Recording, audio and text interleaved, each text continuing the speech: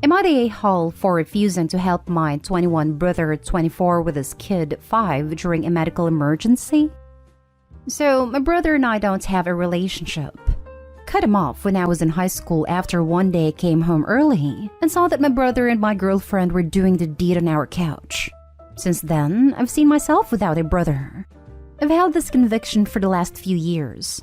He has tried to get me to forgive him as we've gotten older and had apologized, but I refuse to forgive him.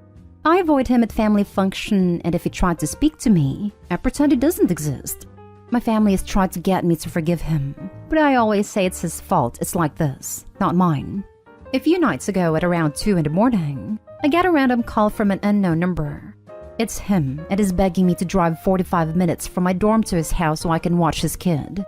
His wife was having a heart attack. It was just angina, and he needed someone to watch him while he goes to the hospital.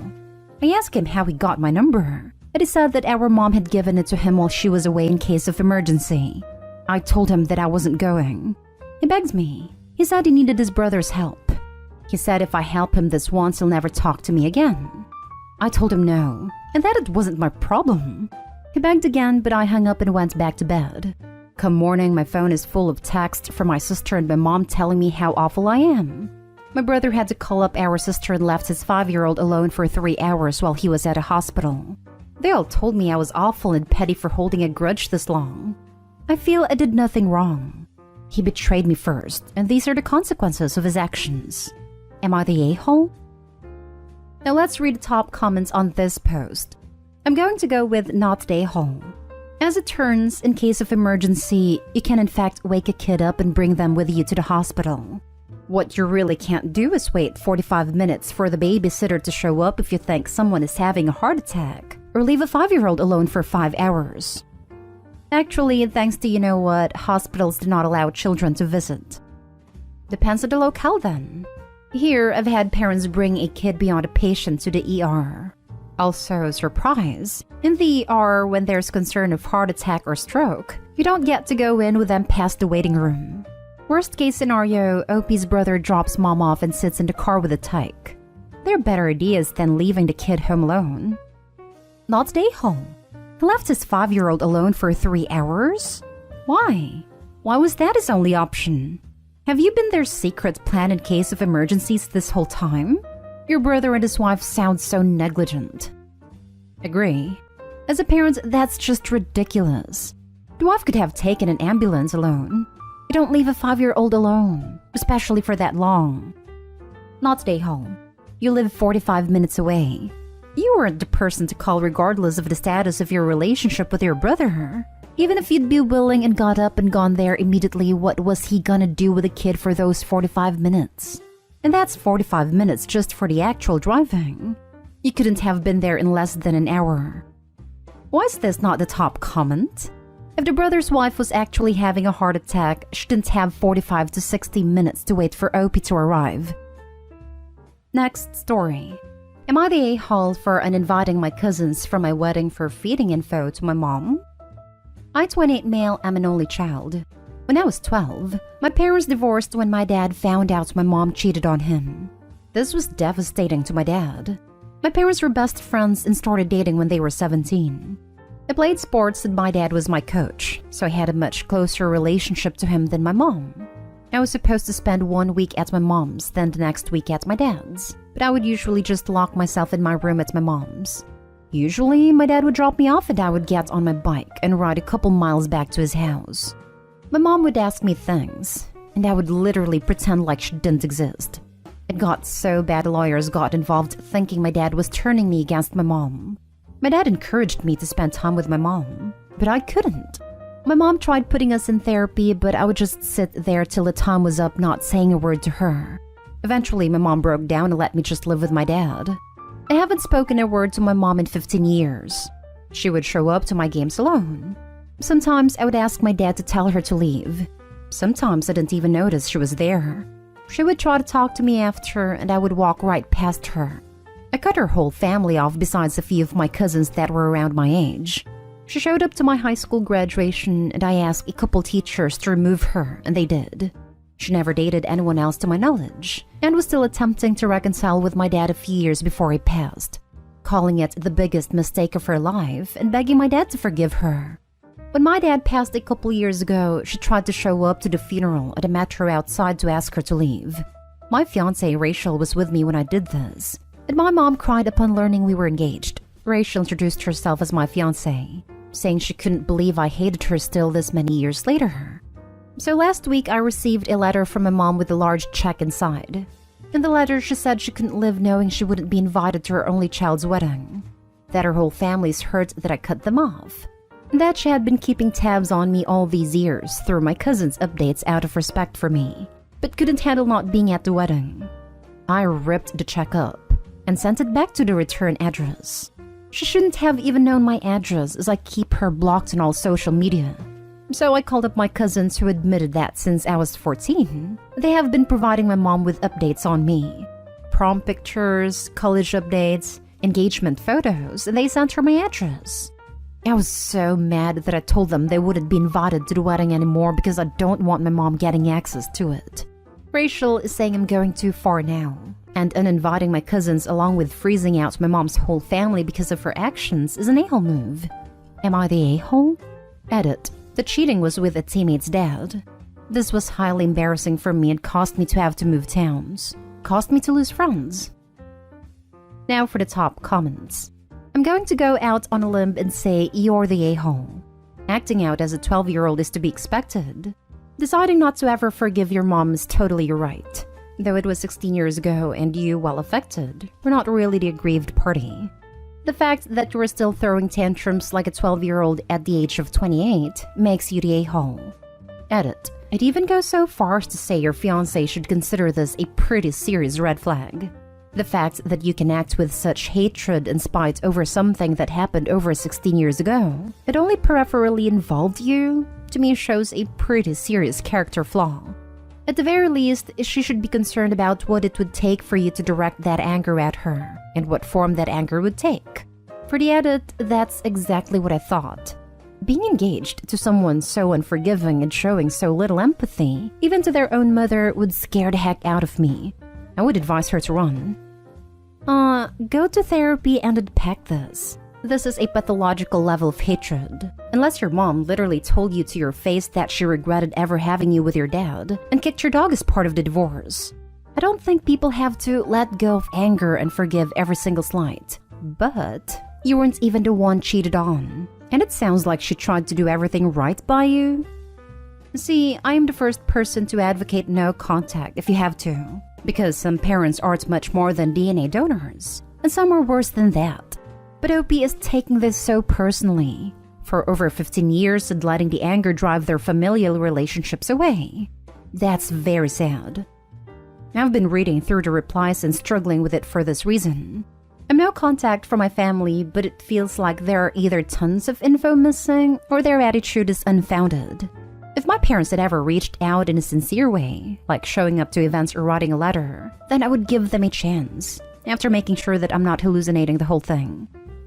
First off, I'm so sorry for what you've been through. Dealing with your mom's cheating and your parents' divorce had to be hard and traumatic. I'm also sorry for your loss of your father. But I gotta ask, when is it gonna be enough? Your mom lived most of her life with the loss of her husband and her son. She lost everything.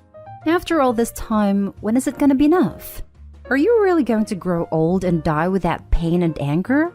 You're not free. You don't have to accept your mistakes, but you need to forgive. This was between your parents. I know firsthand what you're going through. Go to your mom. Tell her how you feel. You owe it to yourself. I've come to peace with never seeing or speaking to her again. I was fine till my cousins did what they did. It's not some lifetime punishment.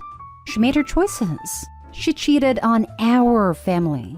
She could have started another if she really cared about having a family. Next story is titled, Am I the a-hole for telling my brother the truth that it was our parents' fault our relationship was so strained? So, my younger brother Matt never had the best relationship with me or my younger sister growing up. The reasons for this are because of my parents and their mistreatment of me and my sister, and their use of him as an excuse for it. I am 9 years older than Matt and my sister is 8. Matt has a form of high-functioning autism. We've known this since he was about 2 years old. Ever since my parents found this out, they have used him as an excuse to avoid any responsibilities and gain as much sympathy and handouts as possible, claiming that caring for Matt was a massive job that took their attention 24/7. The big aspect of this was that they proceeded to neglect me and my sister at every available opportunity. They never once attended anything for me or sister. They refused to be there in any aspect, emotionally or physically, for either of us. The truth about it, though, was Matt required nowhere near the amount of attention that they claimed. He had no behavior issues once he entered into elementary school and was very self-sufficient. Yet, my parents would use him as an excuse for everything, even once refusing to pick my sister up when she was abandoned by friends almost 20 miles away, claiming Matt needed them here when he was fast asleep. We also both went through massive depressive bouts, and were told by our parents that they did not have time for our problems because of Matt. Towards the end of my time living with my parents, my extended family slowly began to cut my parents out once they learned the extent of their lies regarding Matt. Suffice to say, this destroyed our relationship with Matt. For a long time, me and sister despised him. Even today, our sister outright refuses to talk to him or our parents, only communicating with me. I myself am on low contact with the parents as well, but I realized long ago that Matt was blameless in the situation, and taking out my anger towards my parents on him was wrong. So around the time he entered college, I reached out and started a relationship with him. Out of nowhere though, Matt asked me recently why me and my sister were so cold to him growing up. Neither me or sister ever told him the truth, and seeing as he's an adult now, I decided he deserved the answer. I told him that our parents are narcissists that exploited his autism as an excuse to neglect me and sister. I told him about how they left sister 20 miles from home at night with no way home and used him as an excuse. He became very livid about this and apparently confronted our parents about this. My parents have lost their minds now, accusing me of trying to ruin their relationship with Matt and claiming that I am nothing more than an entitled brat. Sister as well has begun blowing me up, claiming that I need to stop opening old wounds and drop contact altogether or stop involving her in this. Now for the comments. Not a hole. I have no sympathy for your parents. Continue to cut them off. If you did it just to cause a rift, then you would be the a-hole. But I think it was probably very helpful to Matt. He probably spent a lot of time wondering what he did wrong, or what was wrong with him that his siblings hated him. Knowing that it was not about him or something he had done will probably go a long way about making him feel happier and more confident in general. I agree. Maybe he wasn't mistreated to the same extent as his siblings, but his parents used him as a pawn, lied to him, degraded him, and ruined his relationship with his siblings. He's a victim too, and deserved to know the truth. You don't owe it to your parents to keep whom they hurt and how a secret. Your sister's right that it's long been time to go full no contact. Not a hole. He deserved to know the truth, and your parents deserve to be exposed for how they handled things. Your parents need to take responsibility for the outcome of their mistakes. Using his disability as an excuse to treat other people poorly is wrong. Not a hole. It was a good thing he told Matt the truth, because he deserves to know his parents for the neglectful narcissist they are. Keep trying to build a relationship with him and keep low/no contact with your parents. As far as your sister goes, try to have a conversation with her if she's willing to, but don't try and push her to foster a relationship with Matt. But you really should cut off your parents because it doesn't benefit you to keep them in your life at all. Last story. Am I the a-hole for not lying about thinking the way my sister met her fiancé was not funny and cute? I'm 19 female, my sister is 21. She's engaged to a guy I haven't met too many times because of the pandemic and both of us going to school in different countries. Just once on my sister's birthday and once on Christmas. He is 30 or 31. Every interaction I've ever had with him has been fine, but brief. On New Year's Eve, my sister's fiancé was working, so she came to a party my aunt threw. At one point, one of my older relatives asked how they met and my sister told them the story, which is basically that my sister was driving in front of him, and I guess she wasn't going fast enough, so he started driving really aggressively, tried to pass her on a double yellow, and ended up causing a fender bender trying to avoid getting hit by oncoming traffic. When she gets out of her car, he starts screaming at her and berating her. She starts crying. He feels bad, asks her out on a date and tells her he'll pay for everything. Deductible, repairs. He even said he'd pay for the first year of payments if she needs a new car. He's loaded. She took him up on a date, and the rest is history. So this is where might be the a-hole, and what I'm asking for your judgment on. After she was done, one of my cousins was like, "Oh my gosh, that's such a cute story, Opie. Isn't that so funny?" So while I would never tell her my opinion unsolicited, I also didn't want to lie. And I didn't want my 16-year-old cousin who was also there to think anything about this was cute or funny. So I told the truth and said I thought it was a little alarming, and that I hoped this road rage was a one-time thing. One of my aunts agreed with me, and I made sure to add that I'm sure it was a one-time thing, because whenever I met him, he seemed very pleasant, and my sister was clearly very happy, and the conversation moved on. Later on, my mom said that I should have just lied and said the story was cute, or just laughed and said, "yeah," or something. I told her I felt uncomfortable lying, and that I did think the story was alarming. And had my sister told me that story at any other time, I would have said the same. My mom said I caused a scene and embarrassed my sister, and that I'm the a-hole here. I don't think I caused a scene, but I did answer the question honestly. Am I the a-hole for not lying and saying the story was cute? Note, I'm not trying to break any rules here, so I want to make it clear I'm not looking for relationship advice of any kind. I'm specifically looking if I'm an a-hole for responding the way I did. Not the a-hole. It's not a cute story. He could have fatally harmed someone and yelled at her like a psycho. You shouldn't have lied about it. Agreed. When will this cliché bad boy romanticization end? No, definitely not the a-hole OP. Do not feed that myth that reckless psychos with anger issues are sweet teddy bears deep down. It's not a cute story, it's an inability to control his anger, which may end up bad for your sister. Additionally, he's a lot older than she is. At 21, she's only starting life, and is well into his. Yikes all the way around. Not the a-hole. Not the a-hole. If someone had caused an accident through reckless driving and then screamed at me, I would have called the police on him. But not taken him for coffee. Your sister has a weird taste in men. Edit. And of course, you need not have pretended to like the story. It was not a major issue. Didn't cause a scene, and maybe your sister will observe his behavior a little more closely in future.